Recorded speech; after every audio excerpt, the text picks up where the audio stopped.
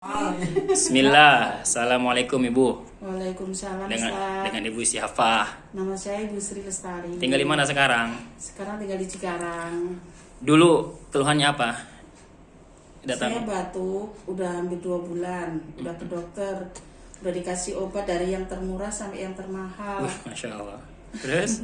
Iya, dari dosisnya rendah sampai dosisnya yang tertinggi. Tapi tetap aja batuknya nggak bisa sembuh.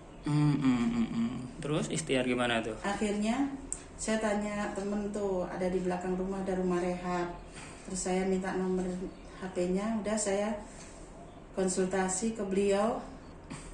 Akhirnya Di Rukiah ya? di Rukiah sambil minum Herbal. Apa herbalnya itu? Herbalnya itu habatus sauda Sama minum madu rehab. madu rehab. Ya, Dikasih pantangan juga sebenarnya, pola makan juga ya? pantangan pola makan, aduh, Dikasih berat juga banget ya? sebetulnya. Ya, karena yang dominan disukai ya. Yang Tapi dipantang itu yang saya sukai semua. ya itu namanya obat. Kemudian berapa kali terapi Ibu? Satu kali terapi, alhamdulillah udah sembuh. Masya Allah, alhamdulillah. Jazakallah khair ya testimoninya Ibu. Assalamualaikum. Waalaikumsalam warahmatullahi wabarakatuh.